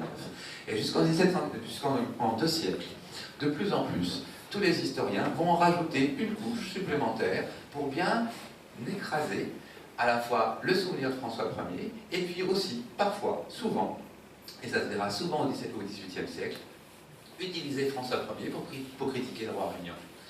On n'est pas toujours capable de faire un pamphlet sans risque grave, quelquefois de Bastille ou d'autres, ou de bannissement, sous Louis XIV, surtout sous Louis XIV, pour lutter contre ses maîtresses. Par contre, il est très très facile de parler d'un roi qui avait déjà cette réputation d'érotomane pour continuer et accentuer aussi. D'autre part, on est dans une période où, curieusement, on rhabille les statues et notamment tous les nus masculins sont supprimés des jardins publics, des jardins royaux ou des palais. On rhabille les nus féminins, ou en tout cas on ne les met pas autant dénudés qu'au XVIe siècle. Et par contre, dans les écrits, on va faire de plus en plus d'écrits croustillants. Un peu comme aujourd'hui, où finalement on rhabille les gens sur la plage, et où la pornographie est ouverte à tous dès que vous ouvrez un écran sur Internet. Eh bien, c'est un peu la même chose, il y a une discussion quand même un peu différente, mais où là, par contre, on va se délecter dans des romans historiques de toutes les petites histoires scabreuses des rois de France, et forcément, François Ier va être en bonne place. Et on va lui inventer à la fois des tas de maîtresses, mais aussi des lupanards, des maisons closes, des séjours en maison close, on va lui inventer des maisons aussi bien particulières qu'il aurait construites, et où là il recevrait ses maîtresses. Et voilà, c'est des petits romans qui n'ont l'air de rien, mais qui sont lus finalement pas cher à une quantité de gens. Ça ne rentre pas dans les livres d'histoire érudits, de Mézeray ou de Vertot ou tout ça. Mais c'est des petits livres populaires. Et c'est ces petits livres populaires qui finalement rentrent dans l'imaginaire aussi des gens et qui construisent aussi une histoire et quelque chose et un souvenir. Et curieusement, ça aussi influence peu à peu. Et donc au XVIIIe siècle, quand on ne pourra pas critiquer François Ier, Louis XIV par exemple, ou même Louis XV contre ses maîtresses, eh bien on critiquera François Ier pour justement ses maîtresses. Et ces maîtresses-là, qui jusqu'ici n'avaient aucune histoire, eh bien peu à peu, on va les structurer aussi. Et la duchesse d'Étampes, qui n'était rien, va devenir une femme insupportable et qui gouverne le royaume et qui dit forcément, quand elle gouverne le royaume, conseille mal le roi et donc fait des catastrophes. C'est aussi la Françoise de Chateaubriand, qui, elle, on sait, il y a eu juste une référence sur elle, une seule, en 1518, tandis qu'elle est sa maîtresse, bon, c'est tout. On va lui inventer une histoire de 10 ans, et on va prétendre aussi que tous ses frères, les Bonnivet, et les autres Lautrec, eh bien, vont être forcément, parce qu'une maîtresse ne peut que faire le mal, et donc du coup encourager à la fois les autres favoris, et donc des favoris incompétents, et c'est pour ça que François Ier avait perdu ses guerres, parce qu'il allait était soumis à sa maîtresse et avait nommé des hommes incompétents, c'est-à-dire des frères de sa maîtresse à la tête de ses armées, et donc du coup avait perdu toutes ces guerres. On cultive comme ça toute cette logique-là, à tel point qu'on fait ça devient un boulot magistral, et François Ier, au milieu de tout ça, eh bien, ressemble finalement à un homme complètement manipulé, à la fois par ses favoris, mais aussi par ses maîtresses, et puis aussi, bien sûr, la méchante, la mère. Louise de Savoie. Louise de Savoie, à 18 ans quand elle est veuve, s'est mariée à 12 ans, à 18 ans quand elle est veuve, et elle va rester veuve toute sa vie. Elle va s'occuper de ses enfants, mais comme elle va pouvoir, parce que très très vite, à partir du moment où Louis XII arrive au pouvoir, comme il n'a pas de fils, François Ier, même s'il n'a à l'époque que 6 ans, et même s'il n'aurait jamais dû être roi, avec les morts successives, se rapproche du trône, et arrivé avec l'avènement de Louis XII est considéré comme l'héritier présomptif. Certes, si Anne de Bretagne a des enfants, il ne le sera plus, mais tant qu'Anne de Bretagne n'a pas de fils, en tout cas, il l'est. Et donc, par conséquent, on va les amener à Amboise, avec la mère, et les protéger. Ils ne vont jamais sortir de là, pratiquement jusqu'en 1510. Et Louise de Savoie fait sa petite cour, mais c'est une cour très modeste, on ne lui donne pas beaucoup d'argent. Et quand elle arrive au pouvoir, eh bien, finalement, avec son fils, ils vont renouveler complètement le conseil et tous les hommes qui existaient déjà sous le règne de Louis XII plutôt, en 1515, parce que justement, ils n'ont pas de parti, il n'y a pas d'hommes avec eux. Ils n'ont pas structuré des alliances réelles. Ils vont le faire par la suite, mais jusque-là, non. Et donc, il n'y a pas de renouveau en 1515. C'est pas l'ombre à la lumière, c'est pas la jeunesse qui arrive au pouvoir, tel qu'on l'a écrit aussi quelquefois. C'est vraiment les anciens qui restent et qui demeurent. Et par contre, Louise de Savoie, quand François Ier va partir en Italie en 1515, puisque l'épouse de François Ier n'a que 15 ans, et donc du coup, il n'a pas le droit de gérer ses propres affaires, donc il ne peut pas gérer aussi le royaume de France, puisque c'est à partir de 20 ans que homme ou femme ont le droit de gérer tout ça. Donc la régence, va passer à Louise de Savoie. Elle ne va rien faire, strictement rien, mais au moins, symboliquement, il y a quelqu'un. Et puis, cette régence, Louise de Savoie va l'exercer aussi en 1525, au moment où François Ier va partir en Italie, et pendant toute son absence aussi lors de son incarcération. Elle ne va rien faire non plus là, si ce n'est que gérer les choses, puisque le conseil est aux mains de Vendôme, de Bourbon-Vendôme, c'est-à-dire le plus proche adulte, après les enfants du roi, à pouvoir succéder. Sauf que Vendôme va être un peu oublié des histoires, et on va se souvenir uniquement que de Louise de Savoie dans ces deux régences. Pourquoi? Parce que Catherine de Médicis, quand elle arrive au pouvoir, elle a besoin d'exemples récents aussi, pour montrer que une femme au pouvoir, ça existe, et puis d'ailleurs, ça ne faisait pas très longtemps, Louise de Savoie, elle l'a fait, elle s'est bien débrouillée, elle regardait son fils, était en prison, et voilà. Et donc tout ça, ça va alimenter toutes les... Et, sauf que ça va donner aussi, alors qu'on n'a pas de preuve, du matériel à tous ceux qui, après, vont dire, regardez, les femmes au pouvoir, dès qu'on arrive, c'est toujours une galère, c'est toujours la révolution. Les régences du XVIIe vont faire la preuve, notamment avec la Fronde, avec Anne d'Autriche, et donc par conséquent, cette Louise de Savoie qui n'a pratiquement pas d'histoire, eh bien parce qu'on l'a utilisée, quand on a eu besoin d'elle pour montrer un exemple féminin au pouvoir, puis après va être utilisée en négatif, et donc forcément, François Ier, en plus de ses maîtresses, avait une mère épouvantable, et donc du coup, c'était forcément qu'un homme. C'est pas étonnant qu'il était un mauvais roi. Pire encore, pour certains, il avait osé marier son fils à le pire des monstres du XVIe siècle, puisqu'à partir du XVIIe, surtout au XVIIIe, notamment parmi tous les auteurs liés aux Lumières, Catherine de Savoie est un véritable... Catherine de Médicis est un véritable monstre, et donc François Ier avait non seulement la mère, mais en plus avait été chercher en Italie la pire des choses pour le malheur de la France. Et donc tout ça va se mélanger, va faire une sorte de cuisine qui va considérer que François Ier finalement est un roi, si ce n'est mauvais, en tout cas médiocre. Par contre, il y a une seule chose qui va rester, tout le temps, et depuis sa mort jusqu'à la fin du XVIIIe, d'une manière très constante, c'est qu'on va toujours lui reconnaître, et ça c'est parce que les auteurs en auront besoin, la protection des lettrés et être un homme de lettres. Et donc peu à peu, on va lui donner cette origine, l'origine de la création du Collège de France. Peu à peu, tous les auteurs, parce que là encore, comme il n'y a pas de droit d'auteur, on a besoin d'un mécène, il va dire, bah, allez, vous voyez, Il n'était pas un bon roi, hein, il était même nul. Sauf qu'il a eu l'intelligence de payer des auteurs pour qu'on lui fasse des belles éloges. Et regardez tout ce qu'on a écrit sur lui comme c'était beau. Alors certes, c'est vrai, c'est pas vrai, mais sa mémoire, elle demeure toujours.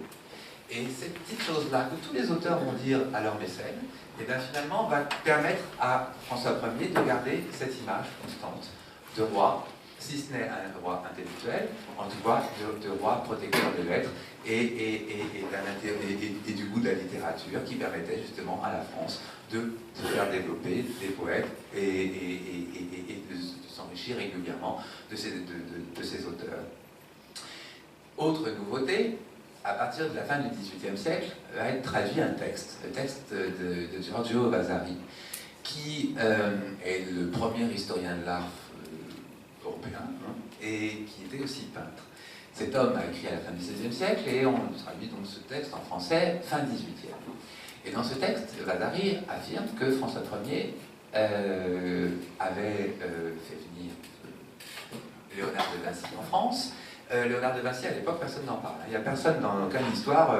Léonard de Vinci, c'est comme, je sais pas, l'énigme posée au Sphinx. Ça n'intéresse pas. On parle pratiquement jamais d'artistes dans le livre d'histoire. Mais ça fait partie des gloires nationales italiennes, en tout cas, des gloires italiennes. Et Vasari, parlant de la peinture italienne, donc du coup, cette peinture va être offerte au public français, en tout cas les noms, et donc, Léonard de Vinci arrive. Vasari prétend que Léonard de Vinci meurt au Clos Lucette dans les bras de François Ier, ce qui est faux, parce que François Ier était à l'époque à Compiègne, peu importe, on s'en fiche. L'important, c'est que ça va enrichir et va donner un autre aspect à celle du roi mécène pour les auteurs. C'est-à-dire que l'homme était certes déjà un homme de lettres, ou en tout cas protégé et lettré, et bien là, à partir du texte de Vasari, on découvre qu'il aime aussi des artistes. Or, les peintres à l'époque ont tous besoin, comme les auteurs, de mécènes pour peindre et de commandes officielles. Et donc, va arriver un tableau, c'est Mangena, qui va être publié, enfin, qui va être exposé en 1780, et qui montre François Ier dans toute la compassion face à ce génie de Léonard de Vinci mourant dans ses bras. Et quelle gloire, quelle plus grande gloire pour un roi d'avoir un génie qui meurt dans ses bras. Et quelle plus grande gloire qu'un génie puisse mourir dans les bras d'un roi. Et c'est ce que tous les auteurs vont dire et vont écrire. Et au-delà du fait que ce thème va être multiplié dans toute cette peinture qu'on avait appelée cette peinture d'histoire, qui était une peinture nationale, qui correspondait à une sorte de retour sur soi un petit peu, alors que le siècle des Lumières était un peu trop ouvert, un peu trop, j'allais dire, universaliste. Peut-être un peu comme aujourd'hui dans cette idée d'absence de frontières intellectuelles où on ouvrait un peu trop les choses et que d'autres ont commencé un peu à se réfréner en disant oui, mais la France fait plus de héros, la France fait plus de gloire. Regardez toutes les gloires nationales qui pouvaient exister. Là, on revient à cette idée de roman national comme je vous parlais tout à l'heure. C'est-à-dire, on va aller chercher dans le passé des figures qu'on avait plus ou moins oubliées et qu'on va remettre en peinture. Et là, Bayard, qui avait fait sa carrière parallèle de bon militaire, et va parvenir comme une véritable vedette. C'est-à-dire qu'il va être dans tous les salons, on va lui faire des éloges, dans toutes les villes on va faire on va lui faire des statues, voilà. D'autres personnages comme Turenne aussi, Jeanne d'Arc participe un petit peu, mais moins Jeanne d'Arc encore, c'est pas encore son œuvre. Et donc quelques rois vont surgir aussi de tout ça. Louis XII, qui est considéré comme le plus grand roi de France, Charles V, on est comme ça dans ces rois modérés, comme ça qu'on traîne. Forcément, François Ier est encore au purgatoire, mais tous les gens qui traînaient autour de lui, en tout cas, commencent à avoir une autre aura. Et avec Léonard de Vinci, il gagne aussi parmi les peintres, et donc du coup, pour la première fois, on va le voir réellement en peinture depuis très très longtemps, et donc on va trouver un autre visage de ce prince.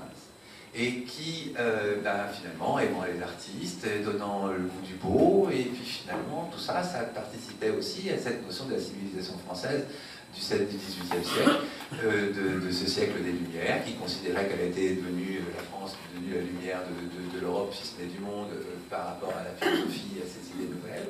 Et donc, du coup, cette idée comme ça, que François Ier pouvait aussi avoir peut-être finalement participé. Donc du coup, on commence un peu à arrondir les angles. Certes, c'est un mauvais politique, ça c'est un mauvais roi, mais un mauvais militaire, mais il y a quand même ça. Et ça, c'est quand même pas mal.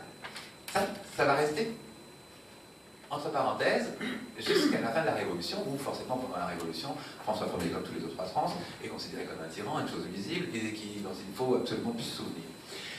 L'Empire arrivant, va, puisque c'est un nouveau régime, va pas vanter la monarchie, logiquement, sauf qu'il en a quand même besoin de certaines de ses figures.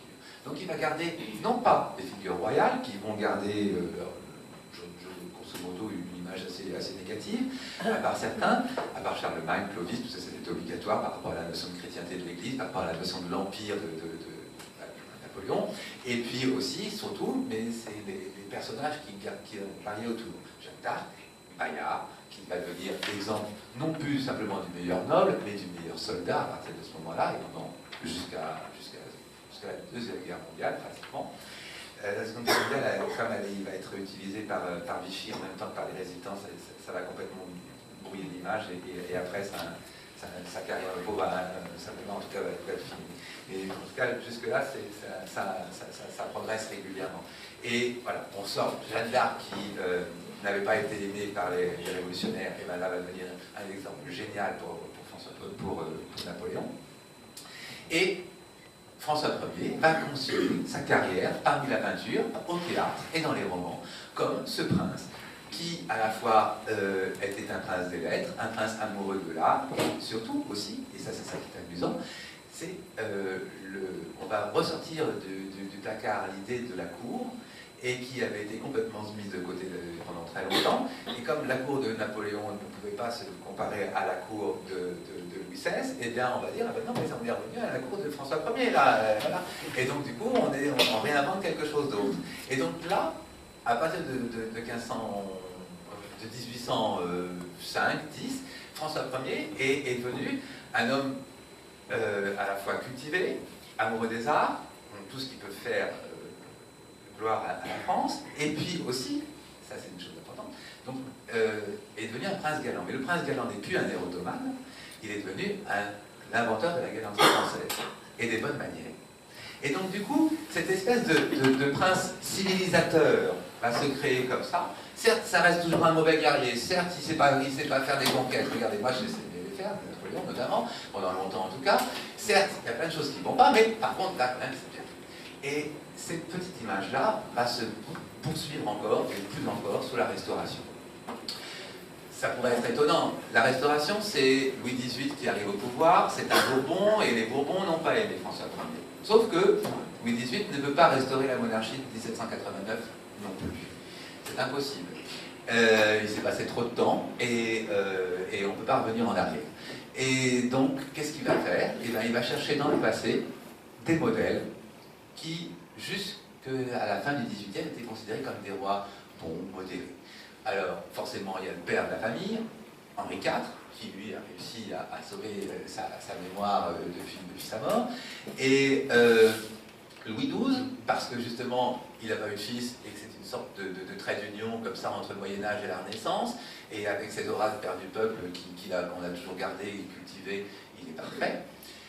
Et puis, donc ça remet dans un image de roi modéré, comme ça, Saint-Louis forcément, parce que Louis XVIII et tout ça, on vient dans une image de monarchie catholique et tout, mais, sauf que c'est quand même une monarchie qui ne peut pas être constitutionnelle, mais qui va être quand même une monarchie modérée. Et donc, cette monarchie, elle doit être aussi le miroir de la France nouvelle, le miroir d'une France ambitieuse aussi. Et si la France ne va pas faire des guerres parce qu'elle ne peut plus le faire à cause de l'Europe qui l'en empêche, eh bien elle va pouvoir briller par sa création intellectuelle et artistique. Et qu'est-ce qu'elle va faire? Eh bien, on sort François Ier avec son mécénat et l'inventeur du Collège de France. Et du coup, là encore, de nouveaux tableaux, de nouveaux poèmes, de nouvelles histoires, de nouvelles biographies qui n'ont jamais pratiquement été consacrés à François Ier, et bien vont commencer à raconter à la façon de l'histoire, mais surtout son personnage de protecteur des lettres, d'homme et de civilisateur, enfin de premier civilisateur français, si j'ose dire, de l'époque romaine, de l'époque moderne. Tout simplement pourquoi? Parce que c'est aussi à cette époque qu'on va commencer à appeler les historiens à couper en période romaine, antique, Moyen-Âge, moderne et contemporaine. Et François Ier serait le premier roi de l'époque moderne, cette époque moderne qui s'achèverait avec la Révolution, et donc du coup qui donnerait le premier, cette notion de modernité que ces restaurateurs de la monarchie veulent conserver. Et c'est aussi à même moment où on va inventer un nouveau mot pour justement créer et personnifier et enrichir, presque va quand même faire exister, un temps que les gens de cette époque n'ont peut-être pas senti, enfin, on n'a pas été peut-être convaincus de vivre, c'est-à-dire cette notion de renaissance. Jusque-là, personne ne parle de renaissance française.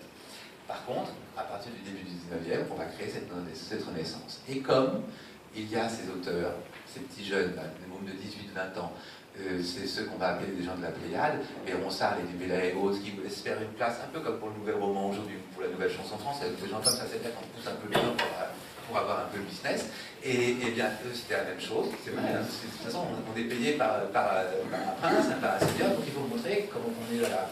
Et en disant, voilà, il y en a un peu marre des Mélène Saint-Gelais et de tous les autres, ben, nous, on existe, on va révolutionner tout ça, et vous allez voir que grâce à nous, avant nous, c'était l'ombre, après nous, ce sera la lumière. Et cette phrase-là, de Ronsard, et de tous les textes faits par Dubélé sur la nouvelle réécriture de la langue française, qui aujourd'hui, si on cherche un peu à la protéger en supprimant les anglicismes et tout ça, eux, ils étaient partis chercher des noms partout, à travers toutes les langues européennes, s'inspirant beaucoup d'italien, tous les noms en isme, par exemple, comme grandissime, ou sublissime, et tout ça sont des mots qui sont inventés à cette époque-là, qui viennent de l'italien directement, et qui, du coup, vont structurer ça. Et donc, on va sortir, au même moment, tous ces poètes qu'on avait complètement oubliés, parce qu'on avait considéré que c'était complètement ridicule, eh bien, on va les sortir du placard, et on va créer cette renaissance française, mais pratiquement de toutes pièces. Au plus, au même moment, on va commencer à restaurer tous les châteaux qui avaient été abandonnés, soit depuis le XVIIIe siècle en Touraine, soit avec la Révolution autour de Paris, et on va sortir et on va se dire, ah, mais en plus, François Ier avait construit des châteaux. Et on se souvenait simplement de Fontainebleau, mais tous les autres, on les avait complètement oubliés. Et là, on restaure Chambord, et Chambord, qui a une unité architecturale de François Ier, même si après ça a été reconstruit dans tous les sens, va devenir le symbole à la fois de cette renaissance et du roi bâtisseur qu'on va découvrir maintenant, puisque avant, jusque-là, le roi bâtisseur n'existait pas non plus dans les histoires. Et pourquoi le roi bâtisseur? Je dis toujours, vous avez vu tout à l'heure, de nombreux châteaux. C'est tout bête, c'est que depuis la guerre de 100 ans, depuis Charles VII, la France, enfin, le gouvernement français, est dans la vallée de la Loire. Louis XI va poursuivre malgré la paix à Tours. Charles VIII, Louis XII vont conserver aussi cette notion-là, et notamment avec loi pour Louis XII. François Ier fait exactement la même chose jusqu'en 1525. Après 1525, je ne sais pas pourquoi, il décide de ramener tout le gouvernement à Paris. Or, entre-temps, il avait construit son château, comme Louis XI avait construit son château, comme Charles VIII avait construit Amboise, comme Louis XII avait construit Blois, et voilà, Louis XI avait Cloche, et Charles VIII aussi, comment il s'appelle, tant pis, pas grave. Et donc, on retourne à Paris, sauf qu'à Paris, il n'y a rien pour se loger. Tous les châteaux, parce que c'est pas parce qu'aujourd'hui on entretient tout, et que même si personne ne va plus au Fort Biançon, eh bien la maison est prête pour si on a envie d'y aller dès demain soir. On n'est pas dans cette logique-là. Hein. Quand on quitte un château, on déménage tout et on va remeubler le château à 40 km plus loin, parce que de toute façon un château ne permet pas de vivre à une cour plus de 2 ou 3 mois maximum. Et donc là, il y avait ce petit périple-là en Touraine, ça fonctionnait très très bien. À partir du moment où on décide de tout rapatrier à Paris, il n'y a plus que l'hôtel des Tournelles qui se trouve au niveau de la place des Vosges, qui se trouvait, et qui fonctionne, sinon rien. Il y a à la rigueur Saint-Germain-en-Laye, mais c'est vraiment trop petit, et quant à Vincennes, c'est qu'une tour, et ça ne peut pas loger une cour. Or, la cour de François Ier, ça a été multiplié par 3 en nombre, et il y a à peu près 500 personnes qui le suivent tous les jours, enfin qui font partie de son environnement immédiat, autant pour sa garde, que pour sa cuisine, que pour la chapelle, que pour son habillement. Et c'est à peu près autant de gens pour la reine et les enfants. Donc ça fait à peu près 1000 personnes qu'il faut loger, en plus de tous les gens qui participent au gouvernement. Donc il faut forcément plus grand. Et François Ier va entreprendre toute une politique de construction, simplement. Parce que tout est en ruine, Fontainebleau est en ruine, les autres sont petits ou n'existent pas. Et donc on va créer des châteaux. Et d'où cette image de roi bâtisseur qu'on va faire, parce qu'on va croire que c'est une balade, on va faire croire que c'est une balade de Renaissance, une balade de château en château, de luxe en luxe, et de Fontainebleau à Chambord, à Blois, en passant par Villers-Cotterêts, et bien de laisser croire que c'était qu'une immense fête, à la fois de gaspillage pour les républicains qui commencent à écrire de plus en plus à partir de 1830, ou au contraire l'idée d'une France parfaitement luxueuse et d'une monarchie parfaitement installée, et où le peuple l'acceptait parfaitement pour ceux qui soutenaient encore soit la Restauration, soit la monarchie de Juillet. Et j'arrive, je finis. et cette idée de roi de France comme ça, et bien finalement va devenir une sorte de bonbon rose. Et François Ier, qui a été si détesté, et bien va devenir finalement l'homme de la civilisation française, l'homme par qui finalement on pouvait être fier d'être français par rapport à un patrimoine, par rapport à un goût, sur lequel on pouvait s'identifier, où tous les Français pouvaient s'identifier par rapport à une certaine art de vivre et d'un image intellectuel et artistique. Et ça c'est magique parce que aucun roi jusque-là n'avait incarné aussi fort que ça. Et ça va, quels que soient les régimes, parce que même si la monarchie de Juillet va finalement, parce que la Restauration avait trop aimé François Ier, va le délaisser un petit peu, et que la République et l'Empire, le Second Empire, on va dire, attends, non, c'est pas possible, il y a d'autres références notamment, eh bien on va garder ça de François Ier, c'est-à-dire qu'on va lui garder son image de civilisateur. Et au même moment, et même la République, qui aurait pu tout casser, eh bien on peut lui garder ça. Et dans tous les livres scolaires de la République, à partir de la Troisième République, on va lui dire, voilà, certes c'était un mauvais guerrier, certes c'était sans doute peut-être aussi le premier roi absolu, même si c'est complètement faux, et certes il était aussi dépensier, machin, et tout ça. Bon, dans les livres scolaires on ne parle pas des femmes, hein, il y a une censure. C'est simplement dans les livres pour adultes. Mais par contre, on va lui conserver ça, c'est-à-dire ce roi mécène, ce roi cultivé, parce que d'un seul coup il sait savoir aussi bientôt apprendre le grec, il va savoir le grec, l'hébreu et le latin, même s'il ne le savait pas à l'origine. On va lui polariser sur lui finalement tout ce qu'on imagine d'idéal dans la notion de Renaissance française. Et il va l'incarner complètement pendant tout le XXe siècle, à la fois dans les livres scolaires, je l'ai dit, et aussi dans toutes les biographies qui vont se développer, au cinéma, parce que justement ça va donner cette espèce de France un peu vieillotte, mais déjà avec un goût, et notamment dans les années 30, surtout au muet, et dans les années 30, même si après on va plus trop s'intéresser à François Ier, simplement parce que le cinéma en costume ça coûte trop cher. Et on va travailler avec la Françoise pour les faire sur la princesse de Montpensier, je peux vous dire que c'était compliqué. Et donc on conserve ça de François Ier jusqu'à les années 60, où la notion de France en guerre ne compte plus, où dans les livres scolaires on va complètement supprimer cette idée d'un roi de France guerrier, conquérant, puisque la France ne fait plus la guerre et vit dans l'Union européenne, en tout cas dans la CE déjà, puis après dans l'Union. Par contre, on va conserver complètement son image, et exclusivement son image de roi mécène intellectuel et précurseur de l'âge des Lumières, et précurseur de la civilisation française telle qu'elle peut s'imaginer aujourd'hui rayonner dans le monde, c'est-à-dire essentiellement dans le monde culturel et dans un patrimoine, voire même dans son aspect d'industrie touristique qui est sa première richesse aujourd'hui.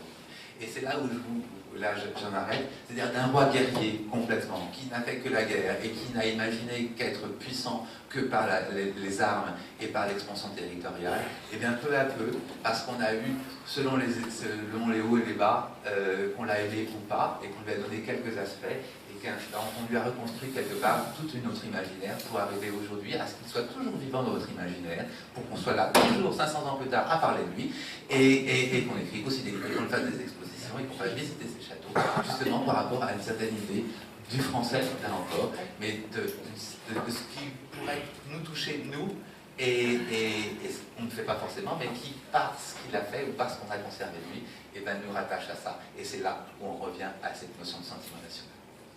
On est fini.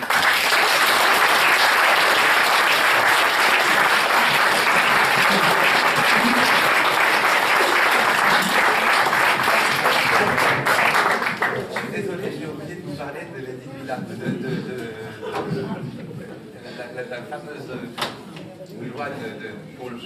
français langue officielle. Non, mais merci Monsieur Le Fur, parce que je crois que nous avons un peu dépassé les temps, mais c'était passionnant. Et c'est fabuleux de vous voir présenter une conférence sur cet homme-là, qui, j'allais dire, vu comme ça de l'extérieur, en définitive, il a créé un service de communication. Il a été très très bon. C'est toujours compliqué de savoir si c'est lui ou ce sont les gens qui l'ont entouré. Mais il est évident que le service de communication est immense. Et il est évident aussi que Charles Quint l'a utilisé aussi. Et c'est là où c'est formidable, c'est qu'on a ces petits textes-là où il y en a un qui dit une vérité, puis l'autre qui dit plutôt, regardez ça, et qui se disent, aujourd'hui on est prêt à faire des procès parce qu'on vous a traité d'imbécile à la télé ou n'importe quoi, ou on demande des excuses publiques d'un homme politique à un autre, enfin, peu importe. Et là, c'est autre chose. La Troisième République, même au temps des gros débats droite-gauche à l'Assemblée dans les années 30, c'était de la rigolade par rapport à ce que François Ier et Charles Quint s'envoyaient à travers la figure et par écrit, et sur toute l'Europe. Et par toute l'Europe. Merci. Alors, on va prendre une seule question, parce que, et on continuera à parler avec M. Le Fur. Je vous invite à parler avec lui après cette conférence. Est-ce qu'il y a une question? Bon, alors vous en avez tellement dit, il en a tellement dit qu'en définitive, il se réserve pour en parler. Non, pas du tout, mais il se réserve. Et il peut, vous allez pouvoir peut-être parler autour de votre livre, puisque si certains, si vous désirez acheter un livre, il pourra vous le dédicacer. Voilà. Donc, merci Monsieur Le Fur. Et puis, moi, il me reste